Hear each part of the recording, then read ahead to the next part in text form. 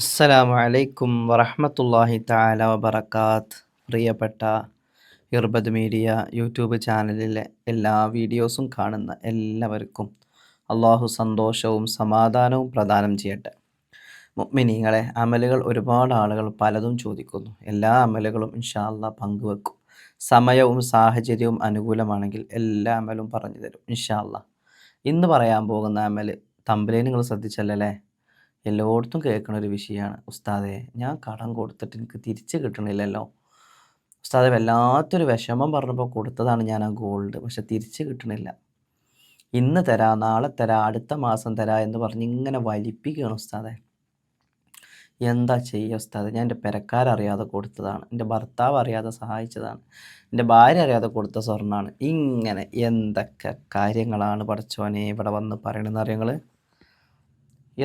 എത്ര ആളുകളാണ് പടച്ച റബ്ബേ പെട്ടിരിക്കണമെന്ന് അറിയങ്ങൾ. പാവങ്ങൾ ഒന്ന് സഹായിച്ചതിൻ്റെ പേരിൽ കുടുങ്ങിപ്പോയ മനുഷ്യന്മാരുണ്ട് അല്ലേ? ശ്രദ്ധിച്ചിട്ടുണ്ടോ നിങ്ങൾ? സഹായിച്ചതിൻ്റെ പേരിൽ കുടുങ്ങിപ്പോയ മനുഷ്യന്മാർ അള്ളാഹു കാത്ത് രക്ഷിക്കട്ടെ.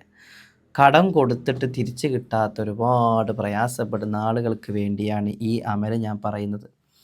കടം മേടിച്ചിട്ട് തിരിച്ചു കൊടുക്കാത്ത ആരെങ്കിലും പ്രിയപ്പെട്ട കൂട്ടുകാർ ഈ അമൽ കാണുന്നുണ്ടെങ്കിൽ, പ്രിയപ്പെട്ട മുത്തു മുഅ്മിനീങ്ങളെ, നിങ്ങൾ വലിയ അക്രമമാണ് ചെയ്യുന്നത്.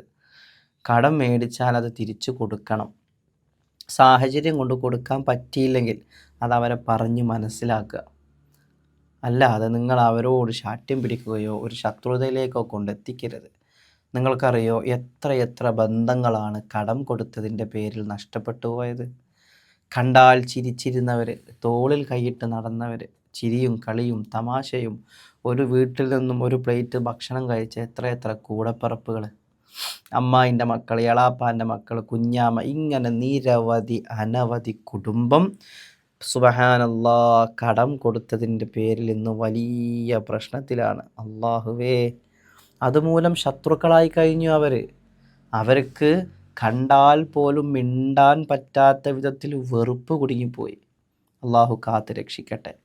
അള്ളാഹു കടമില്ലാതെ നമ്മളെ മരിക്കുന്ന സമയത്ത് ഒരു കടബാധ്യതയൊന്നുമില്ലാതെ നമ്മളെ മരിപ്പിക്കട്ടെ ഇൻഷാ അല്ലാഹ്. അപ്പോൾ ഇന്ന് പറയാൻ പോകുന്നത്, കടം കൊടുത്ത സ്വർണം, പണം എന്താണോ കൊടുത്തത് അത് തിരിച്ചു കിട്ടാൻ വേണ്ടിയിട്ട് പരിശുദ്ധമാക്കപ്പെട്ട ഖുർആനു ഷരീഫിൽ നിന്നും നമ്മൾ ഇന്നൊരു അമൽ പറയുകയാണ്.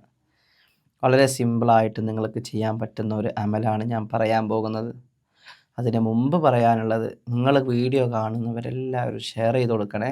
കാരണം നമ്മളിത് കാണുമ്പോൾ ഇതുപോലെ പ്രയാസപ്പെടുന്ന ഒരുപാട് ആളുകളുണ്ടല്ലോ, അവരിലേക്കൊക്കെ ഇൻഷാ അല്ലാഹ് നിങ്ങൾ വീഡിയോ എത്തിച്ചു കൊടുക്കണം. വീഡിയോ ലൈക്ക് ചെയ്യുക, ഷെയർ ചെയ്യുക, മറ്റുള്ളവരിലേക്ക് എത്തിക്കുക ഇൻഷാ അല്ലാഹ്. ഇനി നിങ്ങളോട് പറയാനുള്ളത്, അമൽ നമുക്ക് എങ്ങനെ ചെയ്യാം.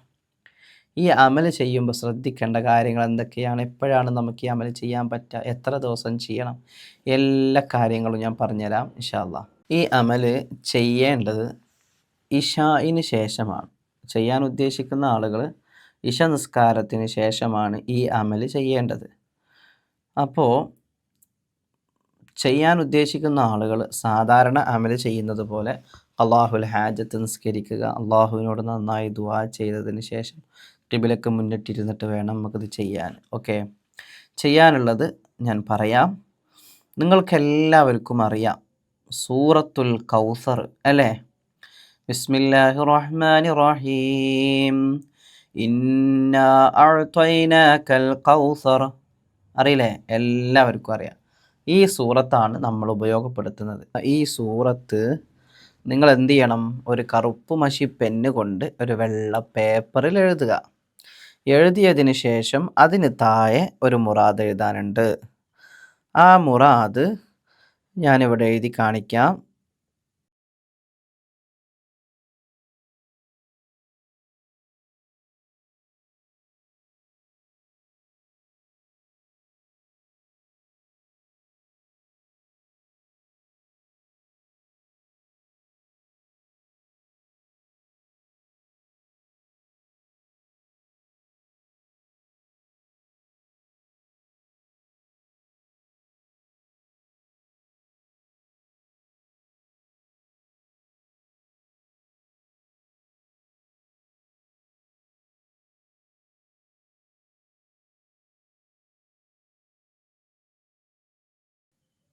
ഇതാണ് ആ മുറാദ്.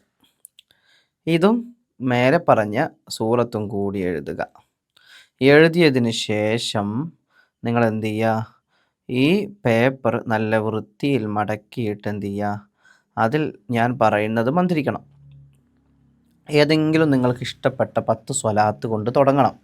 10 സ്വലാത്ത് നിങ്ങളിത് എഴുതാനിരിക്കുന്നതിന് മുമ്പ് ഒരു 10 സ്വലാത്ത് ചൊല്ലണം. അതിന് ശേഷമാണ് എഴുതേണ്ടത് കേട്ടോ. അത് ഞാൻ തുടക്കത്തിൽ പറയേണ്ടതായിരുന്നു, മറന്നുപോയി. ശേഷം നിങ്ങൾ എന്ത് ചെയ്യുക, ഈ നറുക്ക് എഴുതി റെഡിയാക്കിയതിന് ശേഷം 313 തവണ സൂറത്തുൽ കൗസർ പാരായണം ചെയ്യുക. അതിനുശേഷം യാ മുഈദു യാ അല്ലാ, യാ മുഈദു യാ അല്ലാ എന്ന് 101 തവണ ചൊല്ലുക.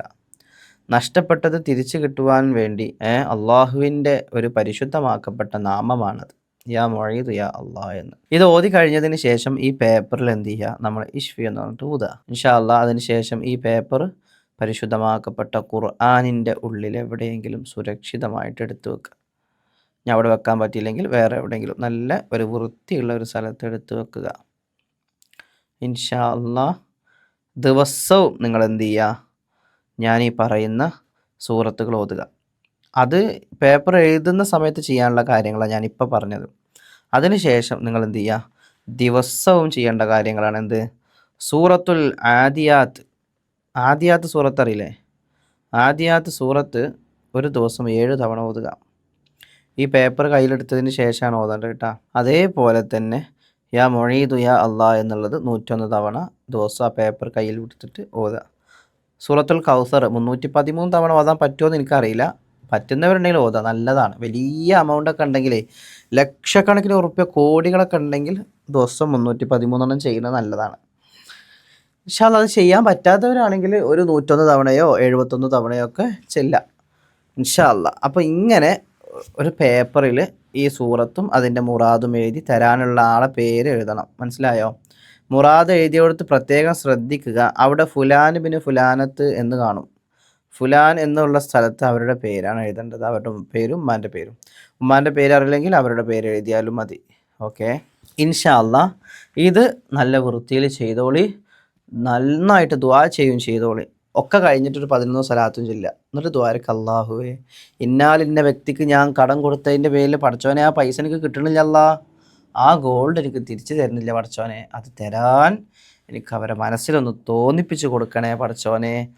എത്ര വലിയ കാഠിന്യമുള്ള ഹൃദയമാണെങ്കിലും ആ ഹൃദയമൊന്ന് തണുപ്പിച്ച് ആ ഒരു പണം തിരിച്ചു കിട്ടാൻ അവർക്ക് എത്രയും പെട്ടെന്ന് അവരെ മനസ്സിൽ തോന്നിപ്പിച്ച് കൊടുക്കണം പടച്ചോനെ എന്ന് ആത്മാർത്ഥമായി ദുആ ചെയ്തതിന് ശേഷം എന്ത് ചെയ്യുക, ഖുർആനിനുള്ളിൽ ഈ ഒരു നറുക്കുകൾ എടുത്ത് വെക്കുക. ഇൻഷാ അല്ലാ.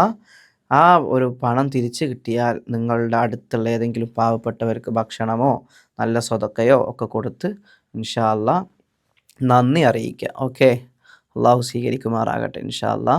അസ്സലാമു അലൈക്കും വറഹ്മത്തുള്ളാഹി തആല വബറകാത്ത്.